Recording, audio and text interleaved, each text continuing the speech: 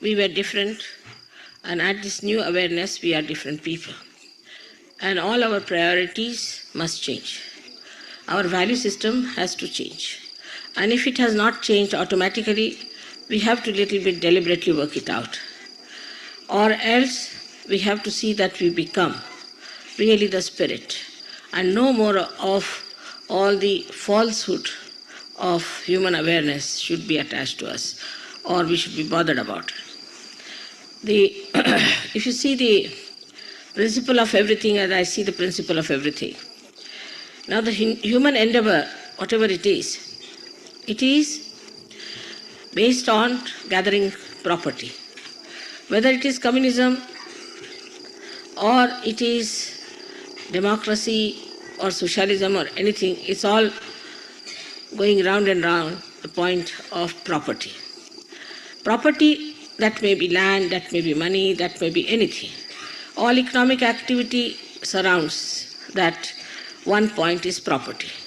So the democracy, though it's a political organization or political theory, actually is based on something very economical thing called property. Then same about communism, we can say, is the same thing, to how to distribute the property, how to have the property equally, how to make everybody self-sufficient.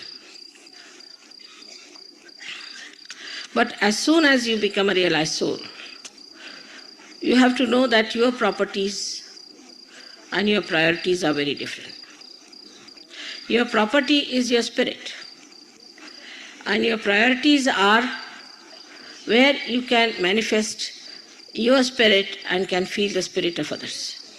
So the whole concept that was so far obstructing you and limiting your understanding changes into an unlimited area where you start thinking of the spirit. Now, in that concept of the spirit, the property of the spirit is twofold. One, in its nature. The nature of the spirit is, as we call it, Satchidanand. Means it is the joy, then is the truth. It tells you the truth all the time. It gives you discretion, divine discretion. And Chit, the attention that acts, that works, that gives you all the information. So you have got the nature of the spirit thus felt within yourself. But on the other side, what does it want? Or what are its duties? Or why to be the spirit is? Such questions arise later on when we are about to enter into the kingdom of God. Why to enter into the kingdom of God? So outside, we can say, or the manifestation of the spirit is that it is benevolent. It is hitakari. It gives benevolence to others. It gives you benevolence and it gives benevolence to others also. The only joy in that is benevolence. And you think of all these material things which are so important otherwise, as if they are for giving it to someone just to express your love. So the benevolence, that comes through love. Benevolence doesn't come through oppression or suppression or by intimidation, but it comes only through love. And if you have faith in your love, you can work it out.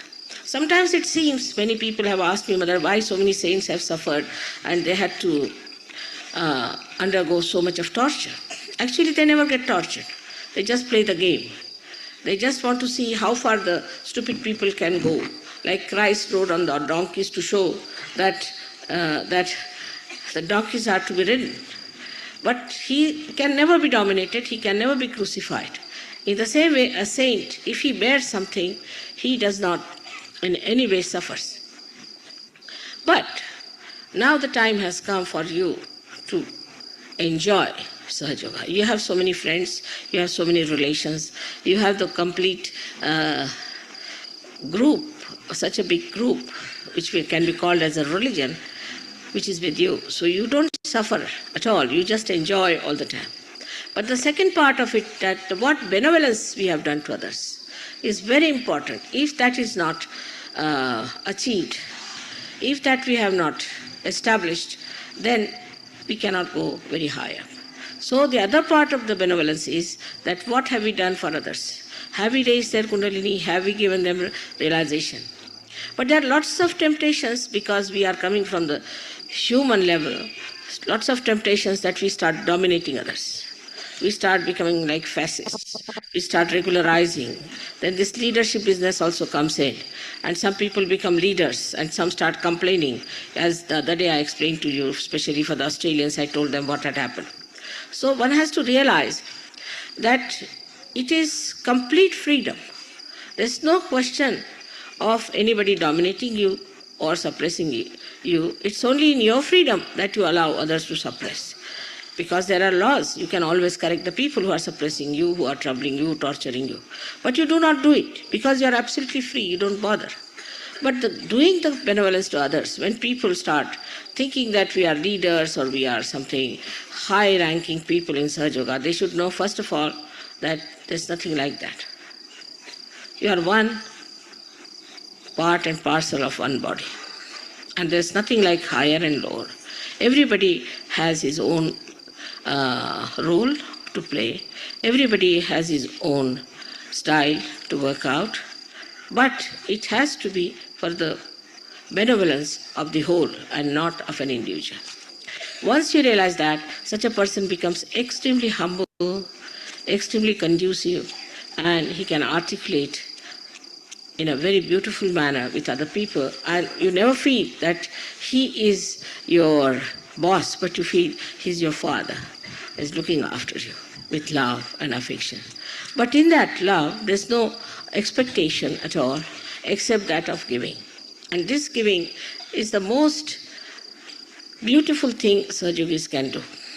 For example, now I must thank all the Sahajogis from abroad who have brought beautiful presents for the Indian Sahajogis here. So give them a hand.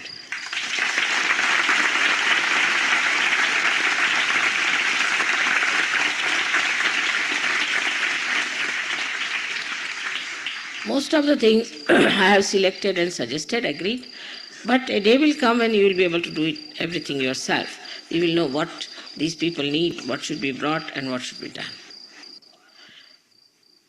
अभी जो मैंने बातचीत की थी उसका सारांश ये है कि जब हम मनुष्यता के रूप से अपनी जिंदगी बसर करते हैं तब हमारे अंदर मनुष्यता नहीं रह जाती, हम सिर्फ अपनी संपदा के बारे में सोचते हैं और मनुष्यता की जो संपदा है उसे नहीं सोचते हैं। जिस वक्त हम सहयोग में उतर आते हैं तभी हमारे में पहली मर्तबा वो समर्थता आ जाती है कि हम मनुष्यता को अपनाएं।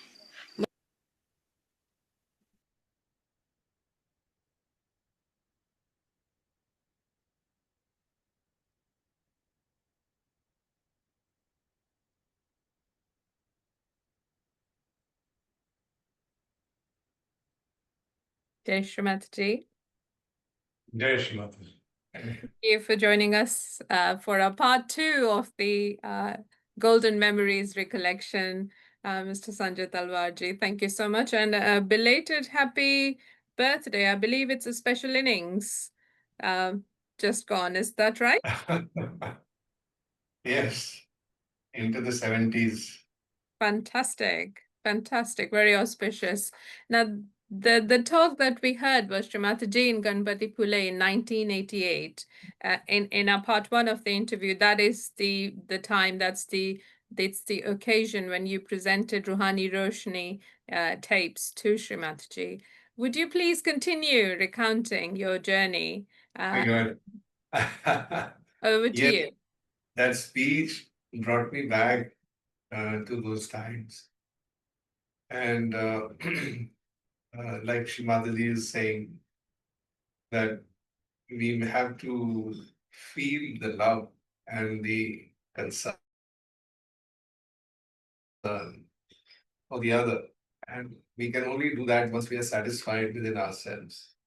If our spirit is satisfied, it's fulfilled. And in that fulfillment, you can find you become very creative in your expression, give to the other that fulfillment. And that is, I think, what I could make out from Mother just said. And that is what I think she first did with me. She fulfilled me completely, giving me all the importance that I think lacked in my life. So, like we all have some sort of a lack that we live in, and that becomes a big problem that we call it as a problem of life. Something is lacking within us, and we don't know what it is. We are just groping in the dark, like every human being. But when we do Sahaja Yoga, when we are introduced to this beautiful awakening of the Kundalini, and you can feel your spirit, you can feel the love in your heart. And what Mother says, so she does what she says so beautifully, touching every heart. So every person is going to feel fulfilled when she speaks. But she has an advanced way of reaching out to every soul.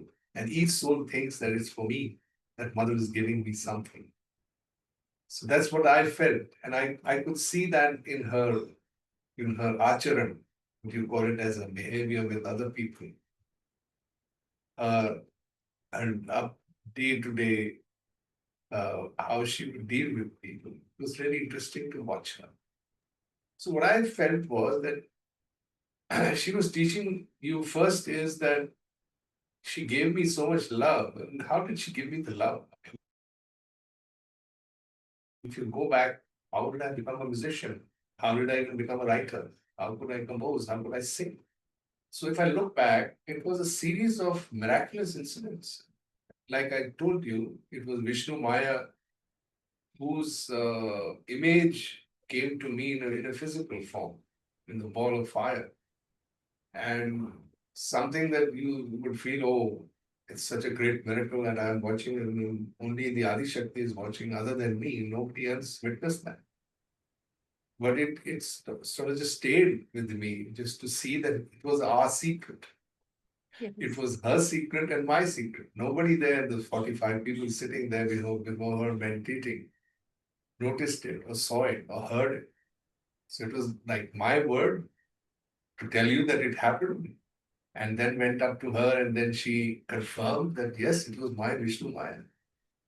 And that Vishnu Maya is basically the one who announces. But Shri Mataji has always spoken about Vishnu Maya, that she is the energy within you, and when she announces, you are released of all the guilt.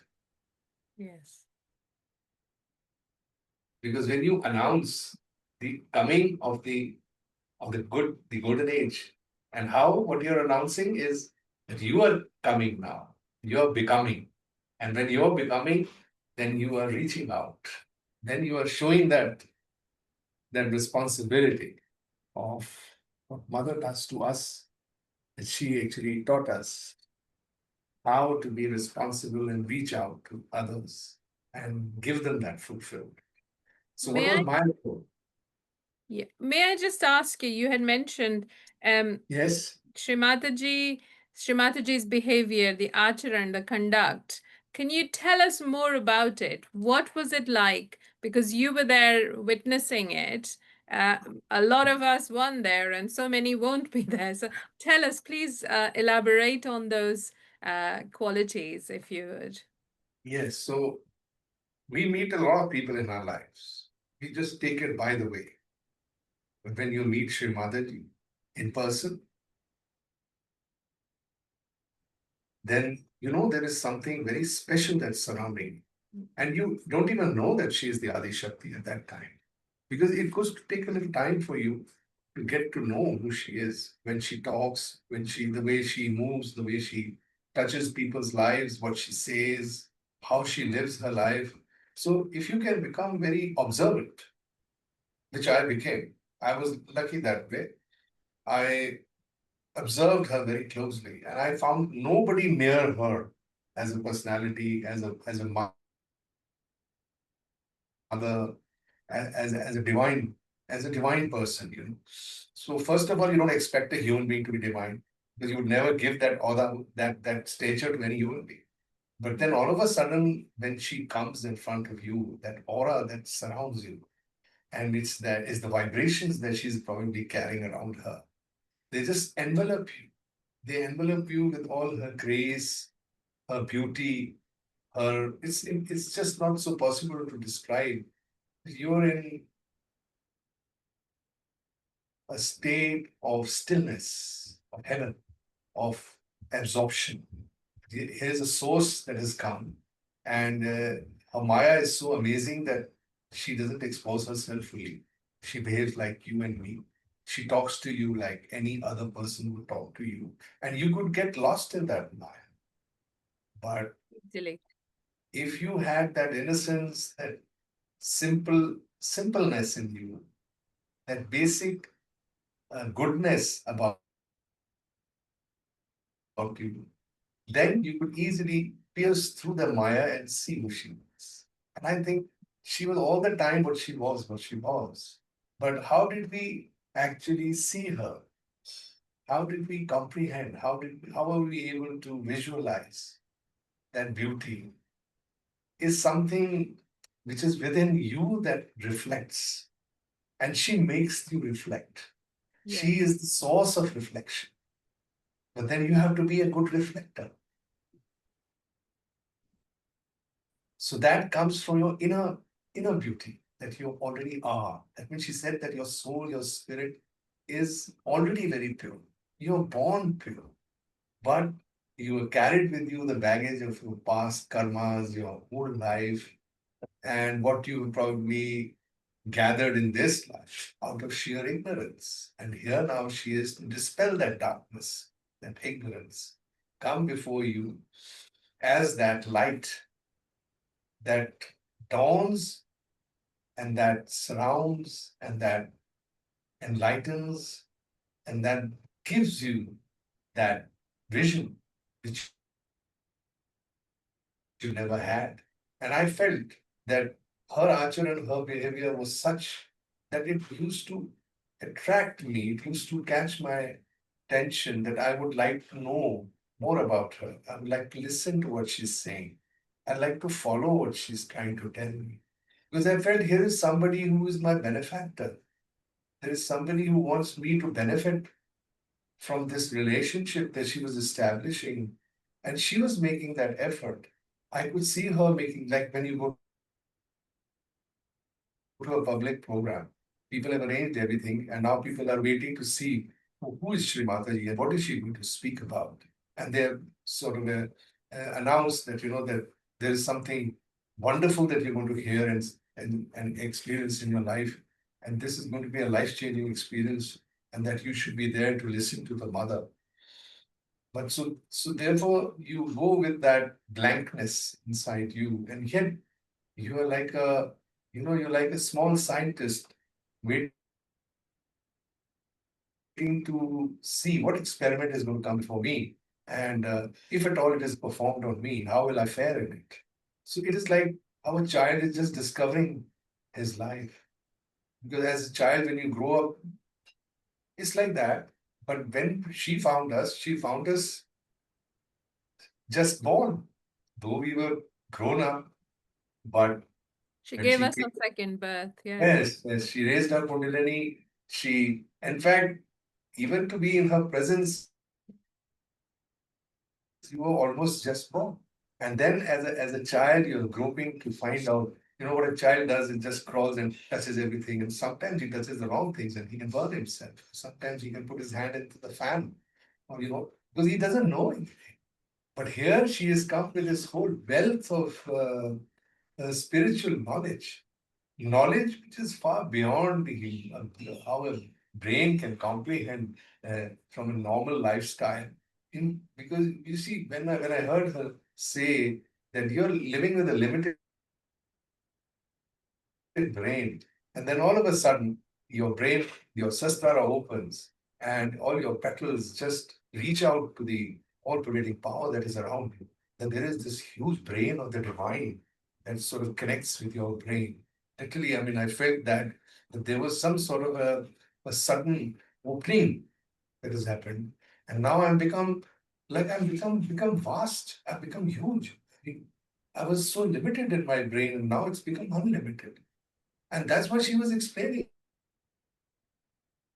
That it's all that comes into your brain, the full power of God's love. And the minute it comes, then you do nothing, but you surrender. You just let it work, because our scientific mind should have understood this, that when our body is functioning, without our knowing which organ is doing what work so beautifully and so in the right, in the right communion with the other organ, and everything is working out so beautifully, we don't know that. Then how are we sitting on a pedestal saying, I know, I do, I am this, I am that? No, you are what you were made out to be by her, by the Creator. And she is the Creator who's come down herself in the form of Shri Mataji.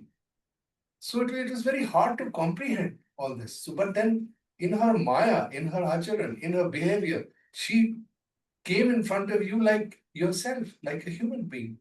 And she starts talking to you, and you're suddenly just so bored over to her that you just all of a sudden, because that's the seeker in you that's actually now behaving himself. You're not yourself anymore. It's the seeker that's all of a sudden become a scientist. And now he is probing, he's exploring, he's meditating, he's finding out, and then all these roots are growing in the brain, and all your chakras are getting nourished, and then you become silent, you become still, and then you become magnanimous like the spirit. And then she says you have to kill. So all this I experienced in my early years. It is amazing. I mean, I could not even, I can relate it today, but how did I notice this? Once, this experience of the Vishnu Maya, it was amazing. I mean, a ball of fire coming from just the wall, a concrete wall, and then vanishing into the other side of the wall. And what relevant it has in my life? I mean, if you look ahead of the years that went by, Shrimati, of course, declared that she wanted me to be a musician, to be a writer, to be a composer. But I was none of that. I was just writing some sort of a vague, funny poetry. And I used to sing film songs. I'm very fond of them. And I remember at my sister's wedding, my brother, my sister, my parents, we were known as the singing family. So we used to sing so many songs there, and Shrimati was watching us sing. And when that episode happened in Jaipur, when she asked me that you have to take me to Rajasthan, and then I have to buy things for her house in Pakistan, I was just like, yes, Shri Mataji. I mean, she said, I want you to drive me. And then out of the blue, when she asked me to drive her, then there is no plan. I mean, how is she going to go with me in a small Fiat car? Yes. I mean, Mind you, those days there were only Fiat and ambassadors and Mercedes, yes. the very, very rich people in India. There wasn't many other And options. then you had people like Rajesh Shah. Yeah. Yes. There were people like Rajesh Shah who brings his Mercedes from Bombay Yes. to make the Adi Shakti comfortable, because Yes. he knew that Yeah. she The has to go very recognition. comfortably. Yeah. She's the divine mother after all. And it was all well understood that there's a car standing there to take her. A driver was supposed to be on duty. But then what are the drama she played? I'm not sure it was a Mahamaya, big Shri drama. Mahamaya, isn't it? How she has engineered the whole situation so she could bring you up to that I level mean, that she she wanted lands you up to on the be. bucket seat next to me, and Yeah. Yeah. yes. And then when we are driving, she's asking me to just sing. And then while I'm singing, her hand is on my back. It's massaging me on my chakras. It's massaging me on my Vishuddhi. And at that moment, I didn't even realize what was happening. I thought she's being very kind to me because I'm going to drive so long that she's just giving me a massage in the neck. Now, how are you feeling? I said, yes, mother, I'm feeling very nice, but I don't have much pain. And she's saying, you just don't worry, you keep singing. And then I could see that while she was doing that, there's something happening within me. And that trip actually made me create 18 songs in 3 days. And then she's prompting me the way I explained last time, how the words came out and some miracles happened en route. Yeah, you And shared with then, us how she dictated the words to the song as well, wasn't it? yes, yes, like I was singing, and in the middle of that, she'd stop me and say, why don't you think of me when you're singing? So, what most of the songs were meant for the lover, either he's a jilted lover and then he's just wanting to praise his paramour. And Shivaji says, think of the Devi, think of me. And the minute you put your attention on her, the words have to change. And then she's prompting the words. And fortunately, my wife was at the back seat and she was having a dictaphone. And we sort of were prepared that something unusually great is going to happen. And she put on the dictaphone. And then she tapped her voice on the dictaphone. It was easy then for Wow. us to listen to it on the keyboard, what she was changing. So Do you still have sometimes it? she also had, pardon me? Do you still have it? I just found one of the tapes of my dictaphone and I don't know whether it's working because dictaphones don't work. I have probably thrown my dictaphone. I'll have to look for how to Yes. run those small tapes. Maybe it's there. Yeah, it would be There were nice, 4, wouldn't it? 5 such tapes. Yeah. Yeah. We had her in record. Yeah, And okay. then, of course, during the journey, when we were making the songs, and then she said, this is the beginning of music in Sahaj Yoga, and I want you to sing these bhajans for me in your public programs. So it started with 1987, 1986 Jaipur public program, the ones that I created during the journey. She was very excited about it. And she gave me a lot of examples about how this bhajan would work with the public. And I remember there was a bhajan where Shri Mataji is saying that people generally come and they are so restless, and then I need somebody to hold them. And then my dad had just entered and used to speak a lot. So she was telling him to give a speech. And when he's speaking, you're not so great a speaker in the very beginning of your career in Sahaj. But uh, because he had a very aggressive way of talking, and he could get people's attention to listen to his voice. That was the quality my dad had. But she placed me there to sing alongside. So when he would stop for a while, she had planned, okay, I have to do a bhajan. And that bhajan had just been created by her, and she had planted it for that public program so that I could sing. And what happened, it was a film song like Bekarar Karke Hame Yu Na Jaiye. Yeah, you told And us about she that. had flipped the words. Yeah, she flipped the words saying, Bekhabar ho ke aap yu na jaiye. आपको हमारी कसम लौट आई. So I was saying, mother, but लौट आइए. She said, no, people get up and they go Yeah. away. Even before listening to me, they wait, they don't, and they're thinking all the time, and they just walk out. So there are people walking in, walking out in my public program, and that gets very disturbing to the others. So these are the little things she was so concerned about in the early public programs.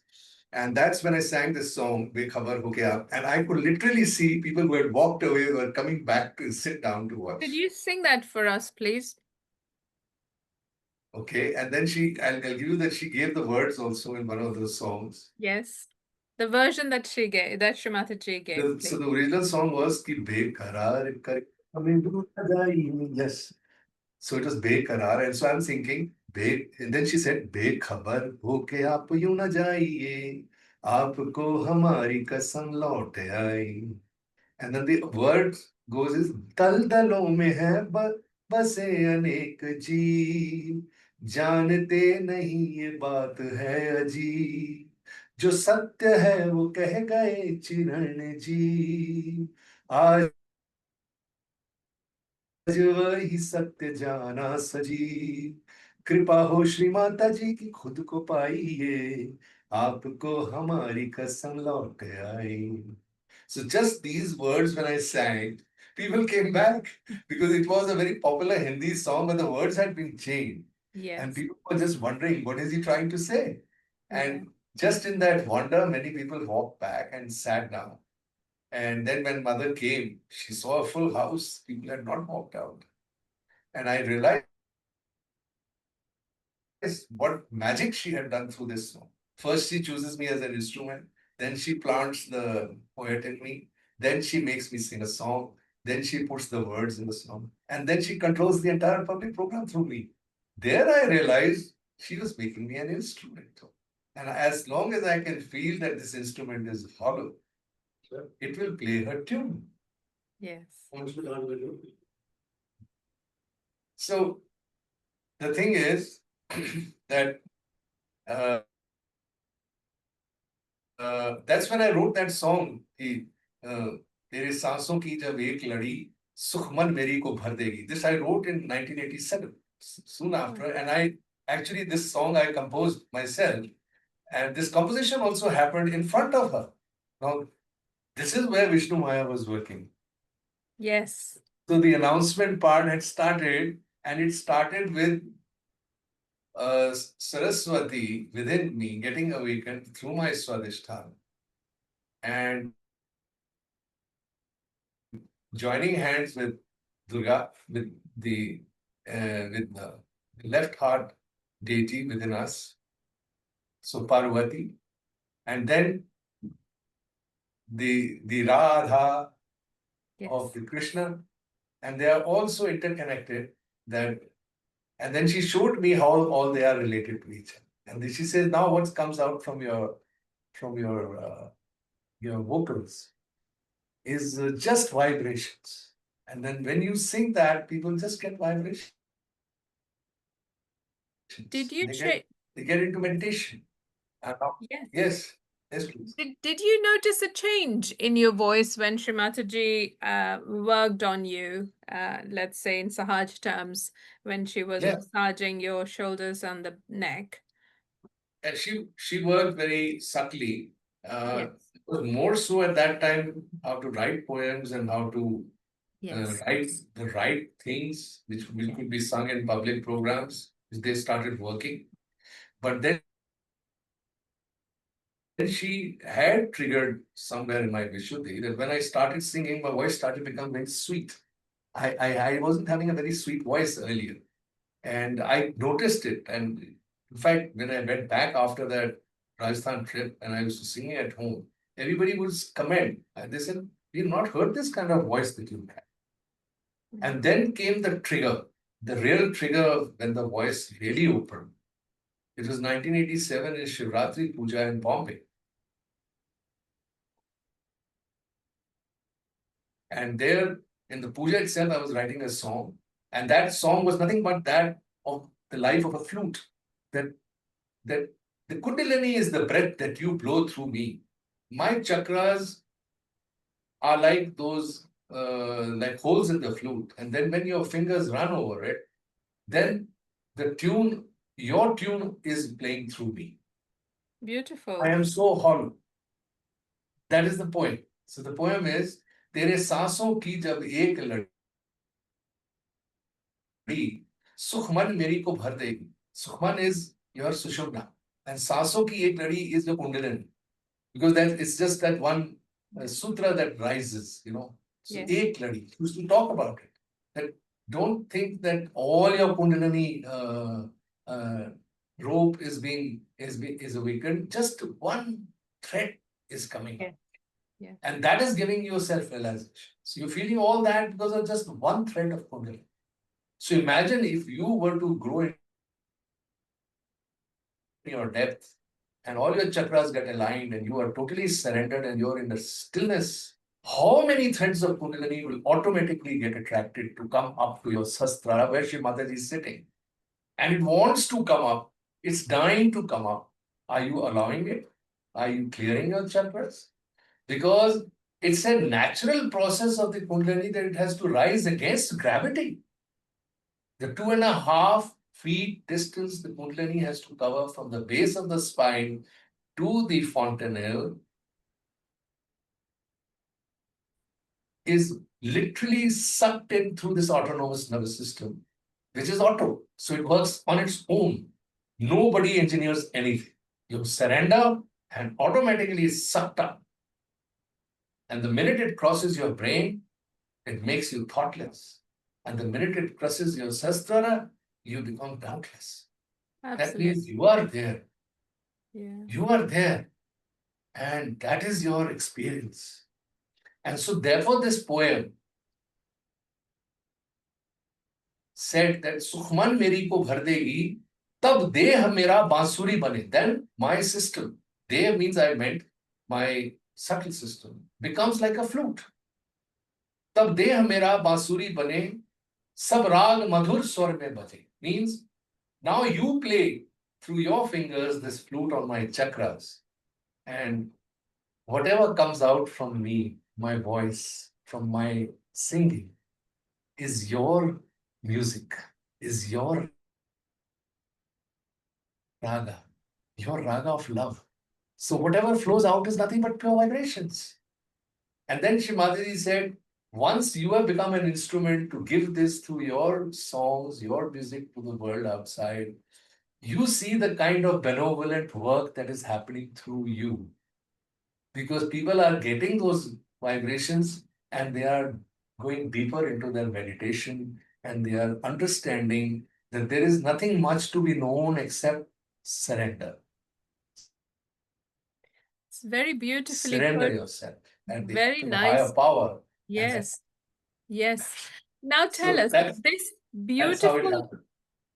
It's so beautiful. It's such a lovely song of surrender, of love for the divine, for Shri Mataji, and how it manifested in the beautiful, absolutely, the essence of Sahaja that you've written and portrayed poetically in this song that you've just explained. How did you then? Because that's the curiosity. So moving on from here, how did you keep that state of humble hollow flute in yourself, and what was life like then for you? And therefore, moving on, what were the further encounters or meetings with Shri Mataji like? Because now you can see the change from when you first met Shri Mataji at your sister's wedding proposal, when they came to your house, to journey in Rajasthan, to this here in Shivratri Puja, where you composed this song. How did things evolve from there, please, for you? So there was a path-breaking thing that happened when I went to show her that poetry because I had just written it. She hadn't heard it by then. And Okay. when I went to her at that time, it was past midnight. She was just relaxing after her puja and having dinner. And there was, after dinner, she was having a chat with these world leaders. They all used to come at that time, where she was staying. And I was staying at some other Sahajogi's house. I had written the poetry. I was getting very fidgety. I had want to show this to Shrimat. He said, well, she just come out of the puja. Now you can't disturb her. How there were these protocols were known to all of us. But somehow within me, there was this urge that I have to, as if Shri Mataji wants to hear this. She's waiting for me. So I said, she's waiting for me. He first thought I was crazy. But then he said, okay, I'll take you. And then we both went to her. We knew where she was staying. And the minute I went there, I'll tell you, this incident is like a big miracle that happened. The doors were ajar. And it was 2 o'clock in the morning. And we walked through the doors where she was staying in the Juhu villa of Mr. Rahul Bajaj, I think, owns that villa. And he was giving that place for her to stay on the puja day. And then when we entered the villa, Shimaji is sitting at the head of the dining table, and we are just walking through the gate, going through, and I can see Shimaji far distance, and then I can hear her while we are walking towards her, that she's saying, "Aiye, aiye, aap hi ka intezar tha." She said, that means that come, I was waiting for you. And then this Sahajogi with me said, wow, this guy is already telling me that mother's waiting for me, and why am I not listening to him? So this was like something I was just connected to her somehow at that moment. And then something great was supposed to happen. What was that thing that really happened was that when I came next to her, when I, of course, bowed down at her feet, we both went totally flat down on her feet. She said, "Come, sit next to me." She was sitting on the dining table. She had just finished her dinner. And she was washing her hands on the finger bowl. And she was wiping her hands. And when I came, she said, "You come sit next to me." And they used to keep one seat vacant next to Shri Mataji on either side. Nobody would sit absolutely next to her. There were others all surrounding. It was a round table. Yogi Ji was also sitting, and there were other Rajesh Shah was sitting. There were other world leaders sitting. And she said, "No, no, you come sit next to me here." So I sat down next to her. I sat down. I held my heels, and she says, "It's okay, just relax. Now you tell me, what have you brought?" Just so I started to take out that paper and read it out. The minute I started reading, she said, "Stop, no reading, sing it." And that was a bombshell. I had not composed it at all. It was just a poem. I had just written something, and I wanted to read it out. So I just looked at Shri Mataji and I said, "But Shri Mataji," she said, "just sing it." She didn't give me a chance even to rebut what she was saying. And I just said, "Jai Shri Mataji," closed my eyes. And then she moved that finger bowl towards me. She says, "First drink this." So I drank that finger bowl that she had just finished washing her hands after dinner. And I just drank it, I just gulped it down. And I know what it smelled like was like when you're washing her feet, you get the smell of the itr and the roses. And you can feel that there was this elixir flowing. You know, that I can't describe it. Like when you're washing her feet with honey and so many things, and then all this becomes such a beautiful thing that people are being offered like a jal, like some water, and then people put it on their sastrara, some drink it. It was something like that. I had that whole thing in the finger palm. And the minute it went into my system, I felt at that moment the same thing I had felt in that car when I was suddenly among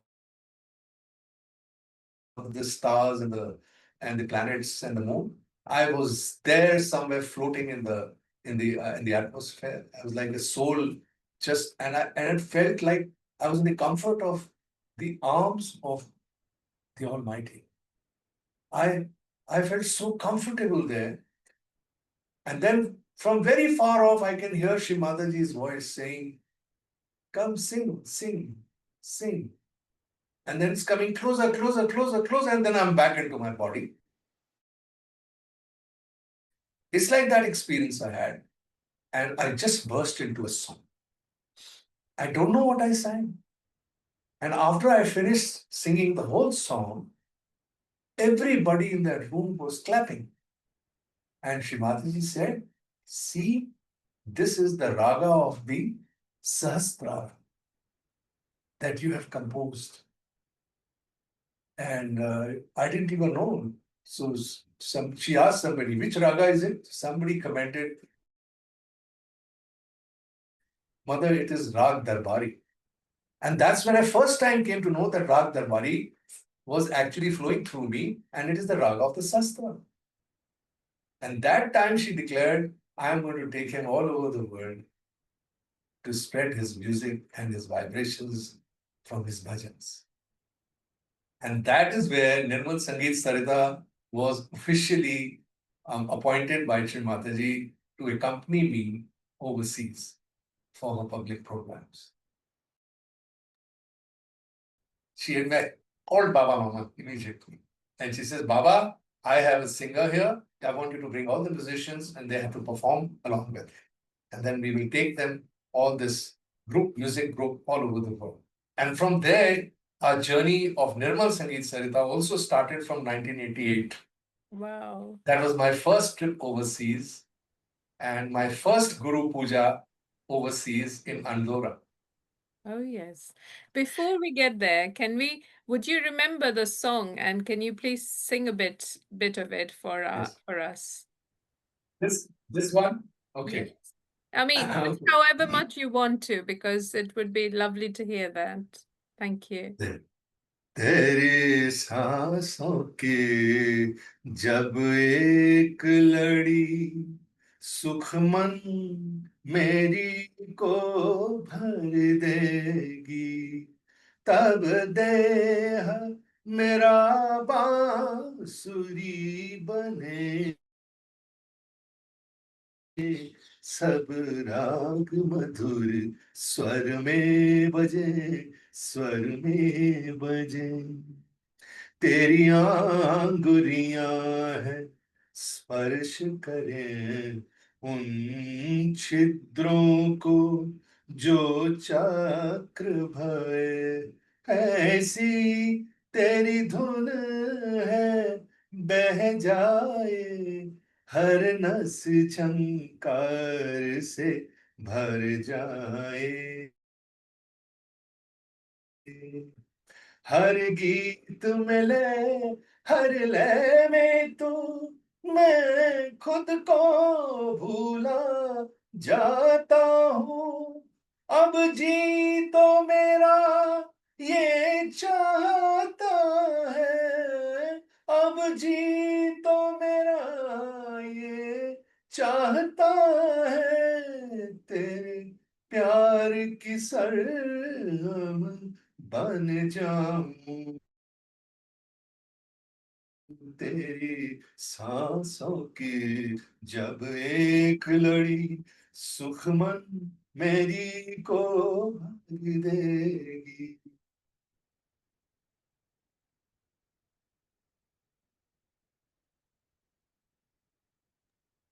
Wow, most beautiful. So this song was recorded in Ruhani Roshni, and it was mother's favorite song. And then she said, when you record your next album, of course, I had done 2 albums in 1986, December. This was called Adi Shakti Pujan 1, Adi Shakti Pujan 2. She asked me to bring them to Ganapatiphule, and they were very popular there. In fact, both those cassettes used to play in Malgund village in all the shops. So if you're walking from MTDC to Malgund village to attend her seminar or program, all the shops were playing my songs. And it was so funny for me because when I was walking and I'm hearing my voice in some shop, because the cassettes have gone all over to Malgund. That's the first time the cassettes were ever brought into Ganapati. And Shri Mataji had put me in charge. She says, go sit there and you distribute them. So I was, they were being distributed. And at one point, when I started to distribute them for free, and she came to know, she said, what are you doing? Aren't you going to recover the cost of your recording? Aren't you going to cover the cost of these cassettes? Please put a price to it. And you won't believe it, she priced it, those cassettes, at 50 rupees. In that time, 1985, 86. And I do remember people were just, and the minute 600 cassettes had been brought there, they were all gone within 1 hour. Because she announced that he has come up with his cassette and that you have to, everybody must buy, everybody. So there were people like, oh, can't I get it for free? And she said, no, if you don't buy, your Navi will not open. So this is how Shri Mataji used to direct everything on herself. She used to bring it on her own. And when I was doing Ruhani Roshni, she wanted me to do a very professional recording in Bombay. She said, no, don't go where you went last time. Now you go to a very professional studio. And that is the time I got Kavita Krishnamurti, the great playback singer, to sing for me. And Shri Mataji monitored Ruhani Roshni's entire recording herself, from the phone into the studio, how I should perform a puja first, break the nariyal, give realization to all the musicians, then put the dhoop inside so that everything, the environment is all charged with vibrations, and then went on for the recording. This was Please, an can amazing you, experience of my life. please, Yes. can you describe the whole process for us? What was this breaking the coconut, the whole process that you just said? Yeah. Could you give the details with it, please? Yeah. Because So, Shrimataji asked you. yeah, she said that this is what you should do. You should go to the studio. You should, because she said that musicians who perform before me, they immediately they go into that state. I put them in that state. So when they are performing in front of me, they are actually using music to transfer vibrations to everybody who's watching, who's listening. And that was one way she used to have that in Ganapatiphule, music all night. But the musicians were from outside, most. But she was gearing up people like me to become musicians. The Sahaja yogis become musicians. You don't need outside people at all. But in the beginning, she was calling all these outside people and she was using them as instruments. So then when she said you go for a studio recording, at that time she said that they are all professionals. They all work for money. So they were charging for their time. But she said at that moment when you're recording these songs, I want the vibrations there. And those vibrations will be intact in the recording. So when everybody listens to the recording, they will get the vibrations. So at that time, how to create those vibrations so that the musicians are playing within the ambit of what Shri Mataji wanted. So she said you have to break a coconut before you start. Like when mother used to arrive, we learned something like that. Shri Mataji would arrive. Before she would put her feet on the ground, we used to break a coconut. And then we used to lay those red, a red carpet like thing for her. Whether we were putting our shawls or we were putting our most expensive clothes where Shri Mataji could put her feet when she would touch the ground from the car. So that concept she had taught me in 1985, 86. When my father was the leader, I used to be there in the front, leading her out of the car, taking her to a seat. That was my role in those days. So same thing she told me in the studio. When you go for the recording, at that time you have to do my agaman, means I am coming. And when you do that agaman in your heart, so you break the coconut and then you take the bandhans, you say the 3 mantras. Then she told me to take 108 names. In your Her heart. openly, we were saying openly, 108 names, and everybody was joining us. So though nobody knew the 108 names, but we did the small, very small puja, quick 108 names that they were very quick to say. And then we sat for 5-10 minutes, and everybody, we said that we are now engulfed in the vibrations of this task of Ruhani Roshni, and may Shri Mataji bless us, all of us in our hearts, to play with that what she wants us to play for this particular cassette. And may all the vibrations get encased into that recording. And that's how she taught me how to record that album. And when I was doing it, she was monitoring it on the phone through Mr. Pradhan. Mr. Pradhan, Ashish Pradhan, Dr. Ashish Pradhan's father, senior. He was from the mid-70s. He was the one I was coordinating with when it came to Shri Mataji calling out at the studio. And then she would put me to the line. She says, now is the right time you start. So therefore, Shri Mataji was so interested to know how Ruhani Roshni was getting recorded. And I remember after each song, I would go to her and play it to her, and then she would tell me if anything had went wrong, go back to the studio and correct it. So that's how the whole thing went. Even that's how we got Kavita Krishnamurti to take her self-realization. And that's how Shri Mataji gave all her blessings to Kavita. Do you know that Kavita Krishnamurti is one of the most anointed playback singers of India?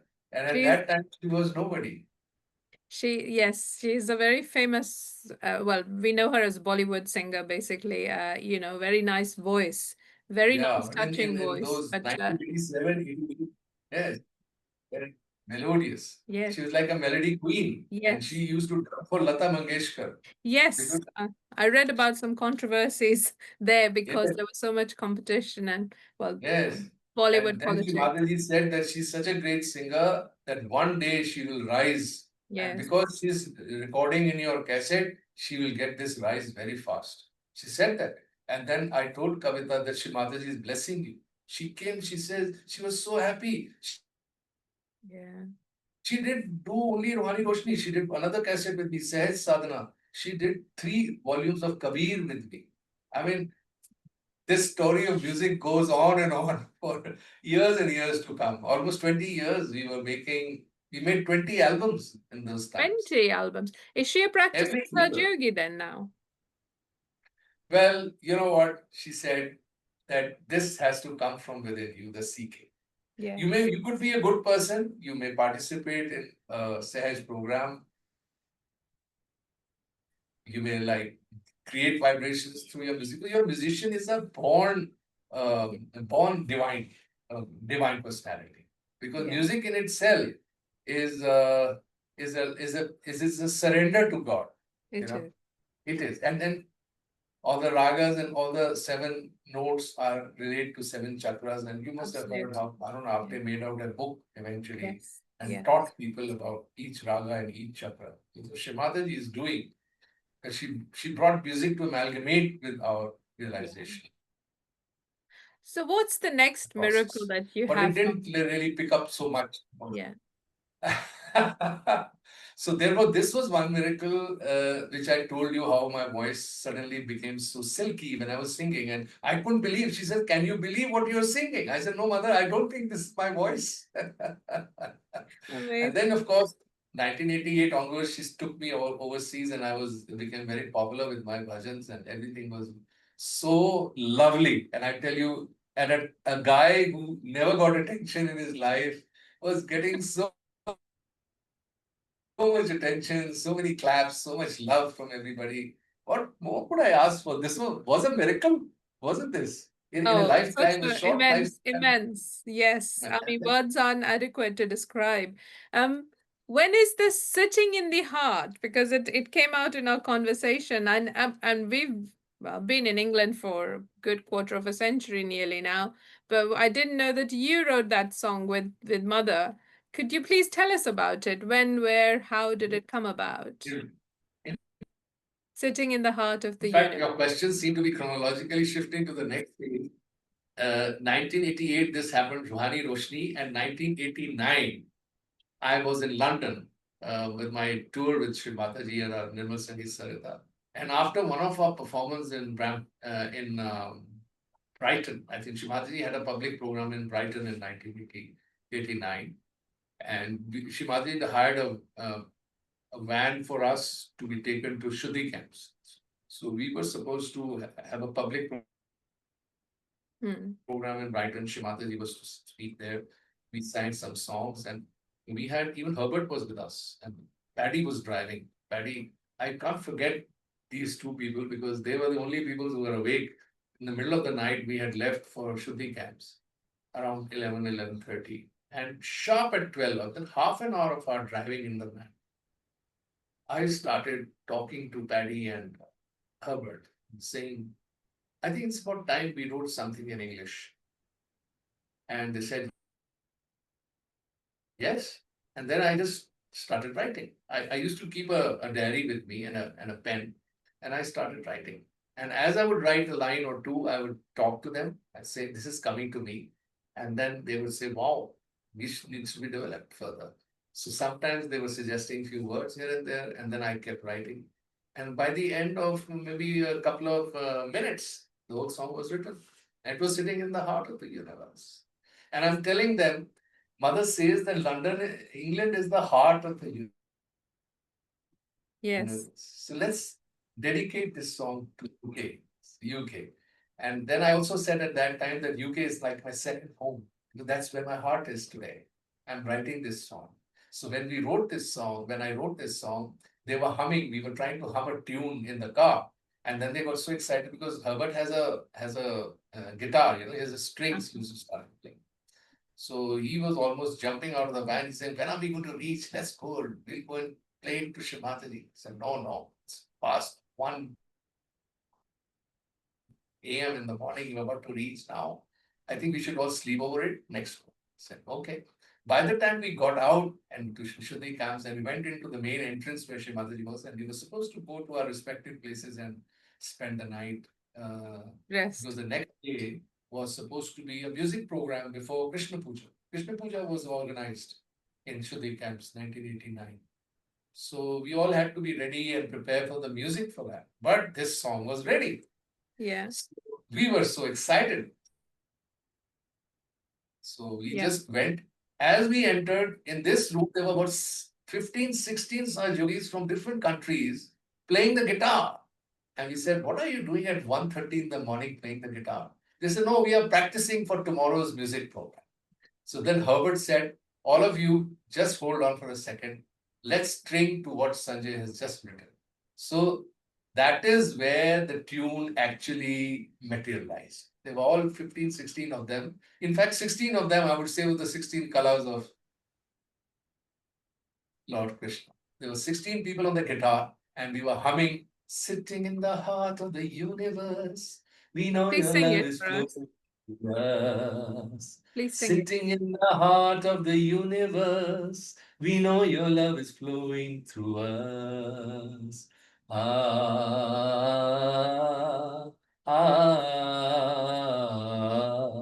Shri Mataji, we love you. Shri Mataji, we love you.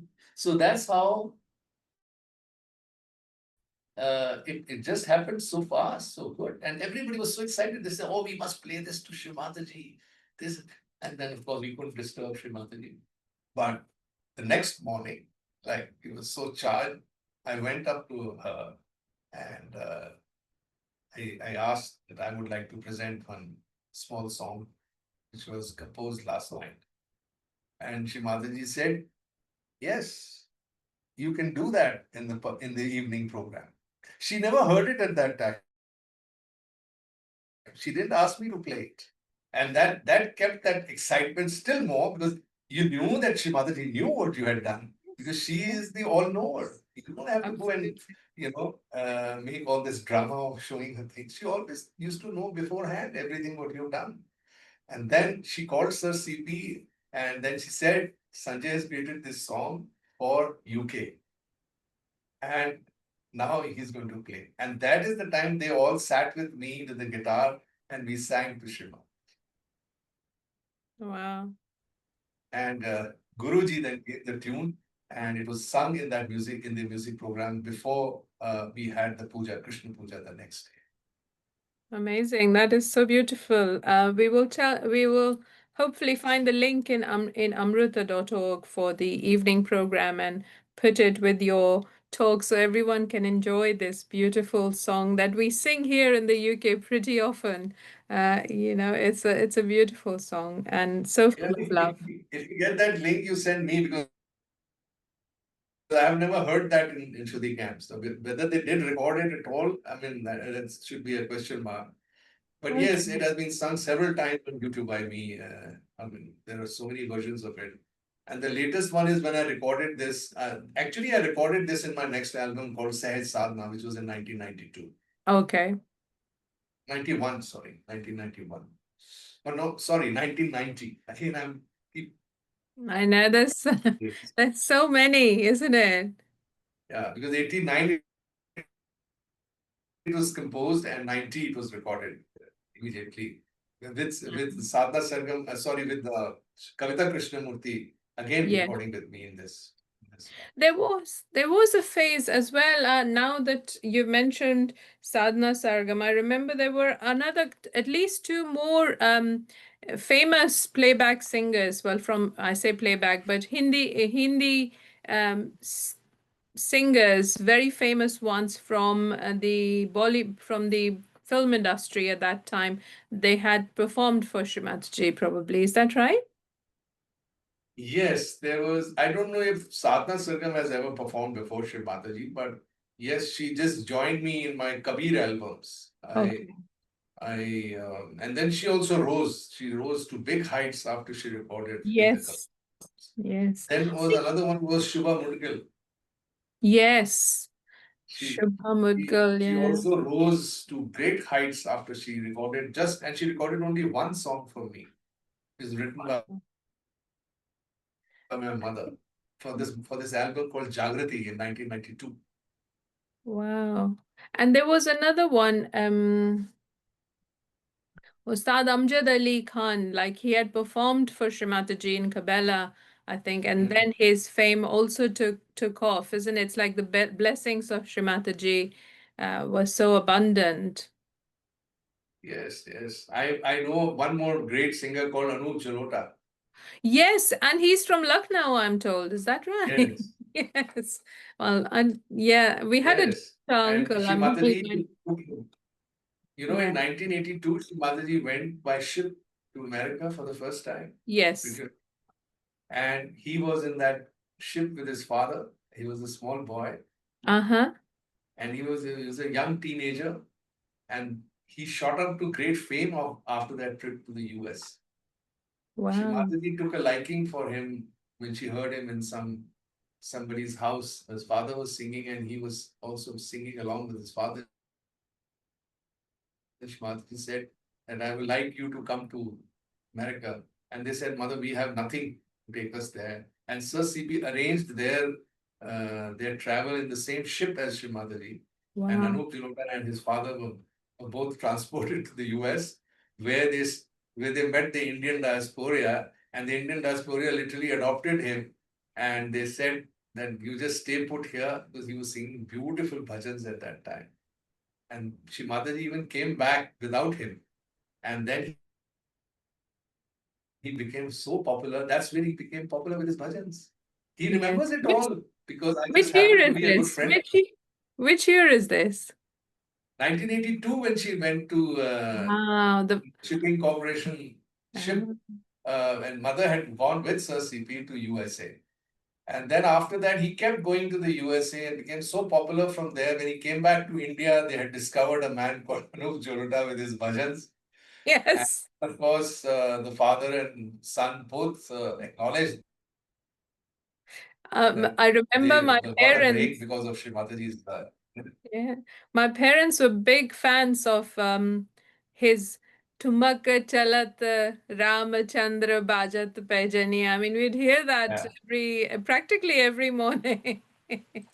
It is beautiful how Shrimati just showers her love on all of us. So, it's beautiful to know about this other singer, Anup Jalota, as well. And hopefully he, in some ways, touched by Shrimati and because the thing with these singers is like they perform for everyone, whoever invites them, isn't it? And not saying any names as such, but Yes, yes, because they're yes, yes, artists, so whether they yes. are invited by Shrimati or by another uh, guru, which may or may not be the case, they do go there, isn't it? And that's where the difference sort of is, basically.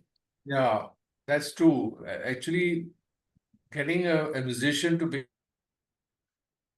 become a Sahajogi is a very daunting task, because Yeah. he becomes a temporarily a Sahajogi. Like today, as the way Sahajoga is going on, there are many temporary Sahajogis now. They're not really, the depth has not been touched by many. You can see that there are a lot of things going haywire now in different countries.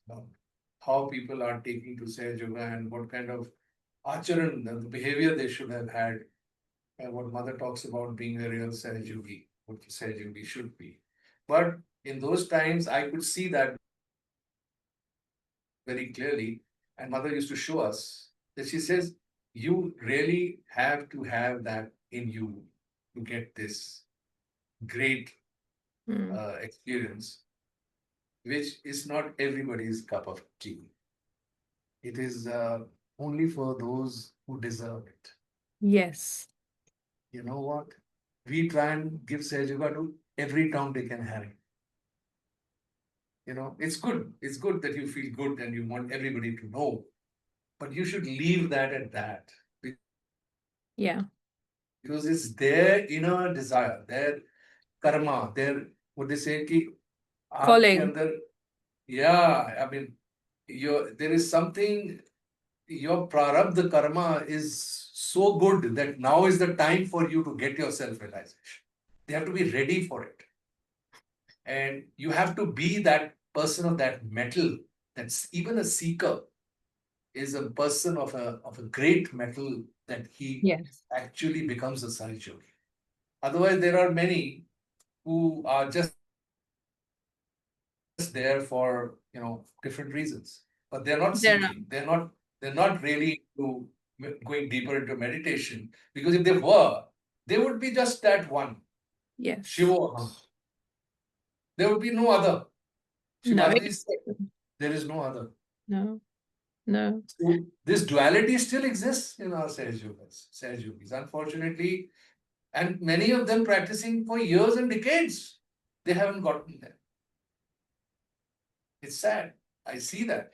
It is sad. And in fact, we know of people who have been close to Shri Mataji and yet have lost the way in physical sense, in spiritual sense even. And there is, even now to this day, there is what Shri Mataji has said, guru shopping going on. You know, some people come, get the blessings and then forget about it or just get busy with life. But that's not for us to dwell on. That's for Shri Mataji to take care of, thankfully. So we are blessed on that.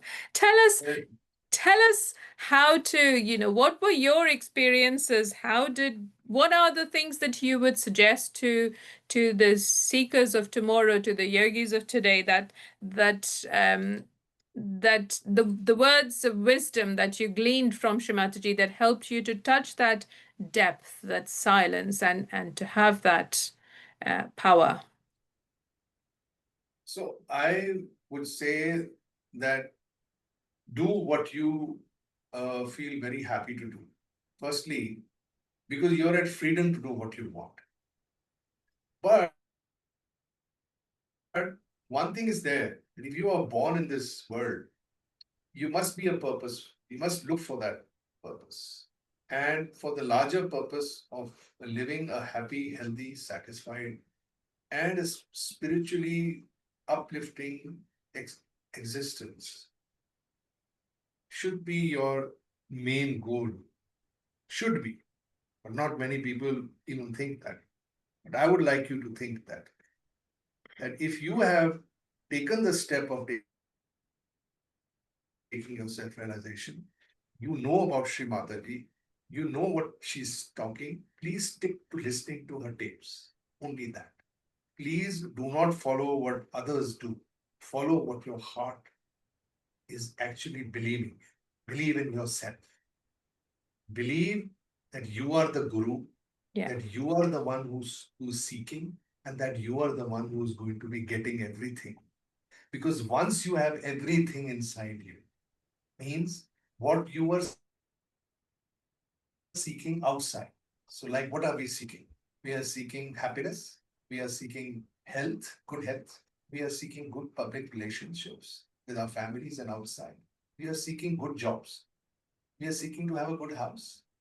Everything material and everything that satisfies this human body at a gross level, we are seeking. Please look within and seek beyond the non-material self in you, that is your spirit. Seek the comfort of yourself. And how does that come? Is when Mother tells you, do Sahaja Yoga meditation ardently by becoming thoughtless and getting into a state of doubtlessness. Because the moment all your questions finish, your depth starts. And the more you meditate, the more vibrations you feel, the more deeper you get into Sahaja Yoga, the more beautiful this world will become. The more loving, the more affectionate, the more, I would say, magnanimous, a very helping personality, a very, you become like my mother said in her speech just now, that you become very benevolent. You start giving out to the world. You become a source of all what you were seeking for yourself. You can, because there are so many seeking out around you. There is no dearth of people you can give this to. So there is huge life to live by giving this love, by becoming love, by feeling it, by embracing, by becoming one. So don't fight, don't say bad words, just join everybody.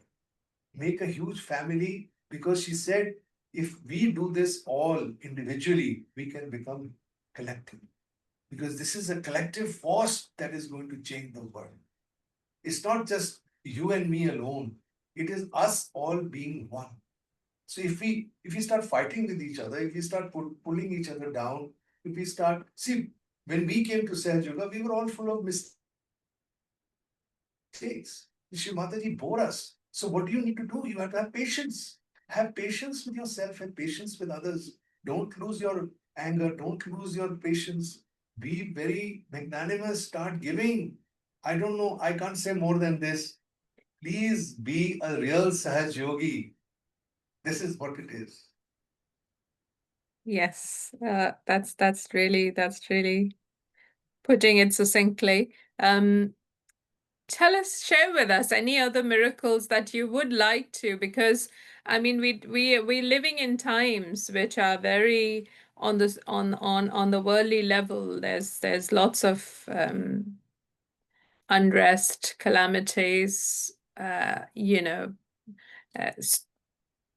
peace is quite sort of threatened in so many parts of the world, and things are difficult, and yet we have Shri Mataji and her blessings and the peace that she grants us. Share with us some other inspiring moments, please, that you spent with her.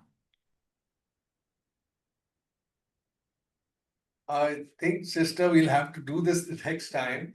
I would have loved to share more, but I think I now have certain obligations to get back to, and I'll keep this in mind. We'll come back again and talk about this. This is a very, very deep subject and needs a proper way to handle it. And I'd love to do that again in the next one and come back afresh to you. That be okay with you? Yeah, that's fine. Thank you so much. Thank you. Thank you very much for joining us today for this session and sharing your amazing times with Shri Adi Shakti Shri Mataji. Jai Shri Mataji. Thank you so much.